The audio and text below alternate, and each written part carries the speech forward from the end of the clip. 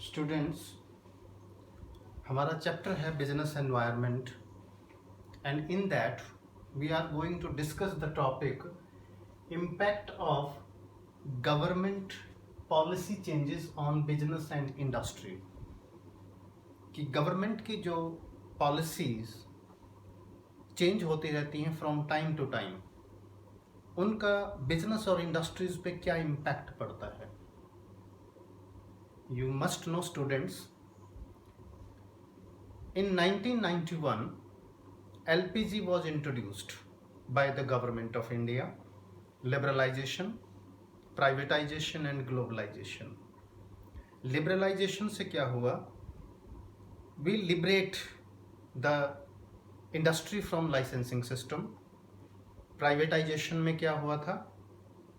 Through that process public sector enterprises का जो share है that was transferred to private sector, यानी private sector को बढ़ावा दिया गया in comparison to public sector. और बहुत सारे पब्लिक सेक्टर्स में शेयर्स डिसइन्वेस्टमेंट प्रोसेस के थ्रू दे दिए गए प्राइवेट सेक्टर को, so that resources can be effectively and efficiently utilised.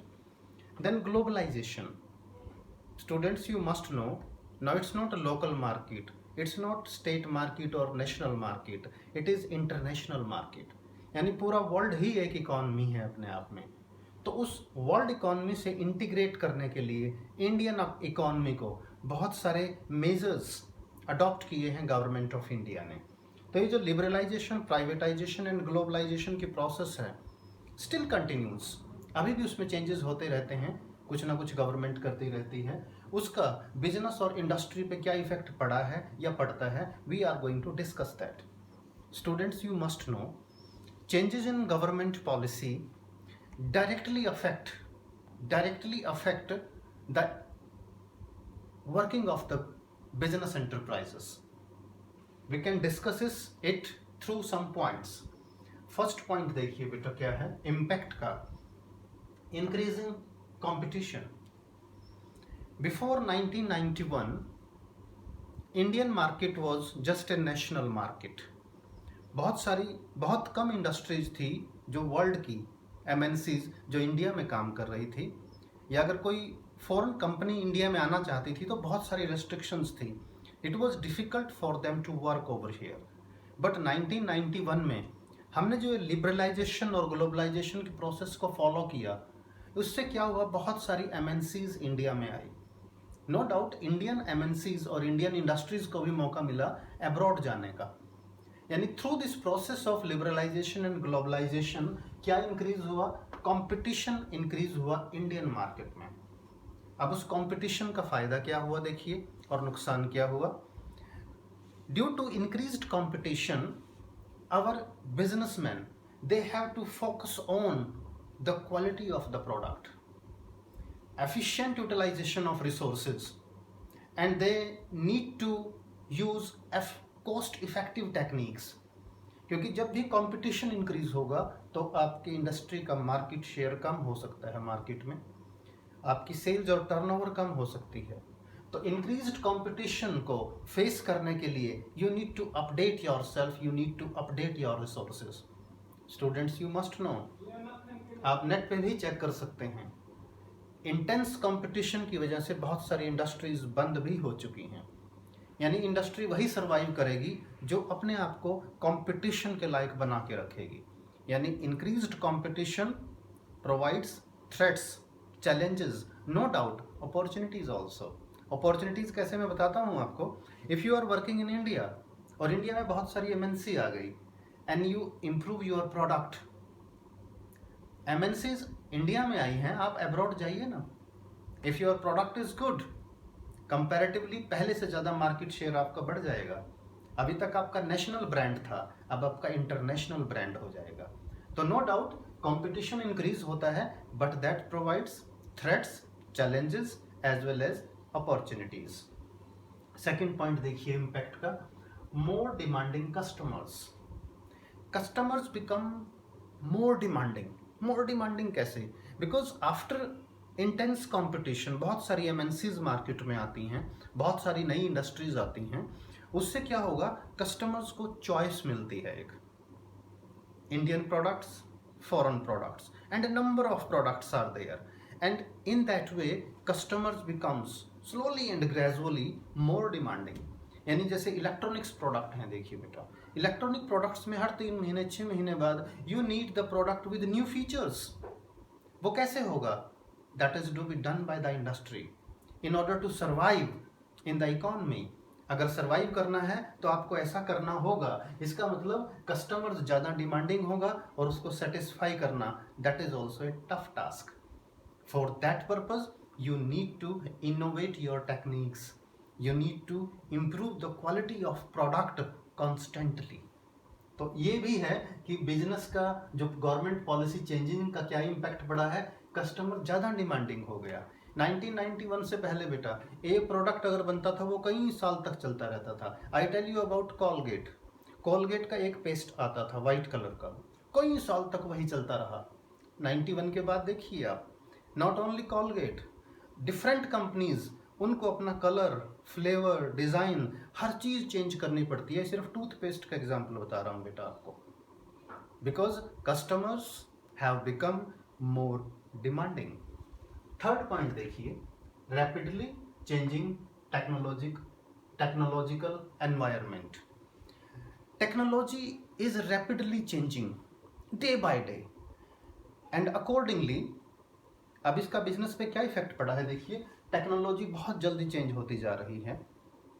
Her business को अपने मशीन्स, इक्विपमेंट्स, प्रोसेसेस, प्रोडक्ट की क्वालिटी, सर्विस की quality, they need to improve it day by day. यानी अब लॉन्ग टर्म प्लान नहीं कि आपको 2 साल तक यही प्रोडक्ट रहेगा, नो. अब तो ये मान के चलिए हर क्वार्टर में या हर हाफ ईयर में आपको प्रोडक्ट चेंज करना होगा, उसकी फीचर्स चेंज करनी होगी, तभी मार्केट में आप स्टे कर पाओगे कंपटीशन को फेस करते हुए. इसका मतलब रैपिडली चेंजिंग एनवायरनमेंट में सर्वाइव करना बहुत मुश्किल हो गया है. That is why every company is investing these days huge amount on research and development. जितनी भी एमएनसीज हैं ये करोड़ों रुपया लगाती हैं रिसर्च एंड डेवलपमेंट पे. किसके? प्रोडक्ट के. कि प्रोडक्ट को और कैसे इनोवेट किया जाए, न्यू फीचर्स कैसे ऐड की जाएं उसमें, उसकी क्वालिटी कैसे इंप्रूव हो, कस्टमर को ज़्यादा से ज़्यादा बेनिफिट कैसे मिलें. और ये इम्पैक्ट किस वजह से हुआ है? गवर्नमेंट पॉलिसी चेंजेस की वजह से हुआ है. ये लिबरलाइजेशन, प्राइवेटाइजेशन एंड ग्लोबलाइजेशन की वजह से हुआ है. नेक्स्ट पॉइंट देखिए, necessity for change. Necessity for change, we all know that change is inherent. यानी परिवर्तन जो है, चेंजेस तो हैं वो स्वाभाविक हैं, पर इतनी जल्दी होंगी ऐसा नहीं मालूम था. After measures adopted by the government, what businesses faced, the problems businesses faced were. पहले देखिए 1991 से पहले हमारे लॉन्ग टर्म प्लान बनते थे जो बहुत स्टेबल थे. यानी एक बार प्लान बना दिया, कई साल तक वो प्लान चलता रहेगा हमारा. एक बार पॉलिसी और स्ट्रेटजी बना दी, कई साल तक वो चलती रहेगी. आफ्टर दिस एलपीजी इंट्रोड्यूस्ड या after changes in government policy, क्या हुआ? नो डाउट हम लॉन्ग टर्म प्लान तो बनाते हैं, इंडस्ट्रीज लॉन्ग टर्म प्लान बनाते हैं, but they have to make changes in that.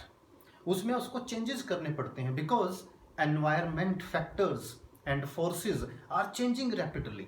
कभी सोशल एनवायरनमेंट में चेंज हो गया, कभी टेक्नोलॉजिकल, कभी लीगल, कभी गवर्नमेंट, कभी हमारे स्पेसिफिक फैक्टर्स, कस्टमर्स, कंपटीशन. यानी इतने सारे एनवायरनमेंट फैक्टर्स हैं, ऊपर से गवर्नमेंट पॉलिसीज चेंज हो जाती हैं. तो उसके अकॉर्डिंगली क्या होगा? Necessity for change. हमें अपने प्लान्स, पॉलिसीज, टेक्निक्स, इन सभी में फ्रीक्वेंटली नेसेसरी चेंज करना होगा एंड अकॉर्डिंगली हम बिजनेस का जो सर्वाइवल है वो इंश्योर कर पाएंगे. नेक्स्ट पॉइंट देखिएगा, need for developing human resource. Now you have come to know कि after government policy changes businesses are facing different problems but they have different opportunities also. हर किसी के लिए अपॉर्चुनिटीज भी हैं. Human resource is most important resource in the company, in every business.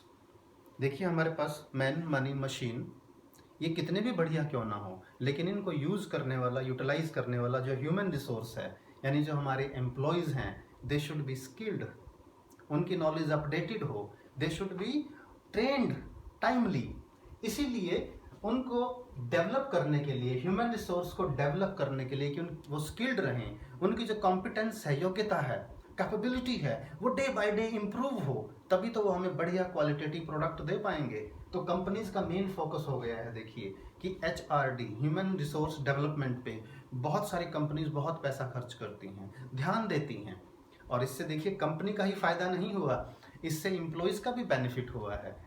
Compensation level to the employees has raised, यानी employees को जो थोड़ी बहुत कम सैलरी मिलती थी, अब बहुत अच्छे अच्छे पैकेजेस मिलते हैं, लाखों रुपए महीने की सैलरीज उनको मिलती है, because they have also improved their what competence, skill, their knowledge in this intense competition. क्योंकि MNCs आ रही हैं, जब वो अच्छी सैलरी और रेम्यूनरेशन देंगे तो इंडियन मार्केट में इंडियन कंपनीज को भी अच्छी सैलरी और रेम्यूनरेशन देना होगा, लेकिन बिना वजह नहीं, ह्यूमन रिसोर्स को भी डेवलप होना पड़ेगा, और ये डेवलप होने का अपॉर्चुनिटी कौन देगा? खुद बिजनेस एंड इंडस्ट्रीज प्रोवाइड करती हैं। नेक्स्ट देखिए, market orientation. Before 1991 market orientation, इतना मार्केट ओरिएंटेशन क्या है समझिए बेटा। इसमें 1991 से पहले क्या होता था? Normally produce anything, it will create it's on demand, एक तरह से कुछ भी बना दो मार्केट में बिक जाएगा। But now customer is the king of the market, यानी मार्केट ओरिएंट हुई है, मार्केट को बढ़ावा मिला है। You have to produce what is required, what is demanded by the customer, यानी कस्टमर्स की जो जरूरत है आपको रिसर्च करना होगा, कस्टमर से जानना होगा, मार्केट इंफॉर्मेशन चाहिए आपको, इसके लिए accordingly you prepare the design of the product, quality of the product, features of the product. This is market orientation. यानी ये देखिए जो चेंज ओवर हुआ है कि पहले मार्केट होती थी बिजनेस ओरिएंटेड, कि कुछ भी बना दो बिक जाएगा, अब ऐसा नहीं है। You have to produce what is demanded, what is required in the market, जहाँ पर इंफॉर्मेशन एंड टेक्नोलॉजी यूज होती है as far as this electronics products are concerned. इनमें तो देखिए आप बहुत ज़्यादा प्रॉब्लम्स हो गई है, day by day research and development पे बहुत ज़्यादा इन्वेस्ट करने की ज़रूरत है, और उसको एफिशिएंट बनाने की ज़रूरत है, ताकि मार्केट में आप प्रॉफिटेबली लंबे टाइम तक तभी काम कर सकते हैं जब आप वो प्रोडक्ट प्रोवाइड करो जो मार्केट में जिसकी ज़रूरत है। 7th point, very important, this is loss of budgetary support to the public sector. अब देखिए यहाँ वर्ड क्या है? Public sector.